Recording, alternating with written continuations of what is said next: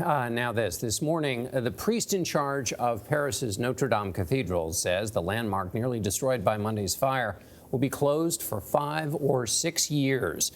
21st century technology will likely be pivotal to its reconstruction. A New York professor made these 3D digital scans of Notre Dame accurate to a fraction of an inch. Jericka Ducan shows how this research, along with a video game, could be the foundation for the cathedral's restoration. Jericka, good morning. Good morning. Really amazing what technology could do. Over several years, one architecture historian at Vassar College used still photography and laser technology to create a digital 3D archive of Notre Dame. But what began as an attempt to better understand its Gothic structures could now prove invaluable to rebuilding the classic cathedral. Take a closer look at this intricate reconstruction of Notre Dame. You're seeing more than 1 billion points of data collected with laser scanners like this one to reveal structural nuances a normal picture never could. That's thanks to the work of Vassar College art professor Andrew Tallon, who died in November. This pinnacle is coming apart. Tallon was a tireless advocate for Notre Dame's renovation. His work to digitally scan the cathedral is finding new relevance today. He and this building will forever be completely linked in my mind. Lindsay Cook was one of Tallon's colleagues and former students at Vassar.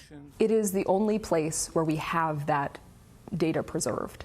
The beauty is they can be used in new ways in future generations. In 2015, Tallon gave a behind-the-scenes look at how he collected data at the National Cathedral in Washington. What the laser scan actually does is it sends out a beam, so it generates a whole cloud of data points that's extremely rich.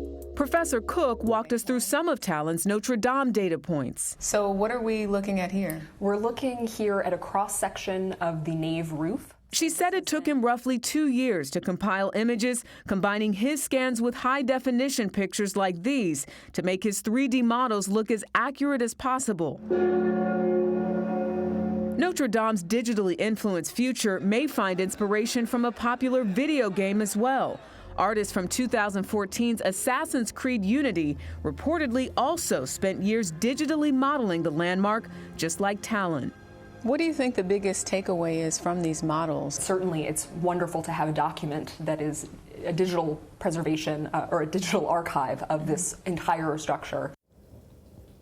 Now, after the fire, a top EU communications official said preserving with digitization is important for us and for future generations. Cook told us that Vassar has not been approached by Tallon's research, but says his conceivable that he will be getting those renderings, or that they will get some people reaching out about those renderings. Meanwhile, France's prime minister says an international architects competition will be held to rebuild that amazing spire. So really cool story that we got a chance to shoot and learn about that technology. Yeah. And I wonder what other landmarks like that might, as an insurance policy, do the same thing to preserve them. This is great. Thank you, Wow. Jericka. Great story. Thanks.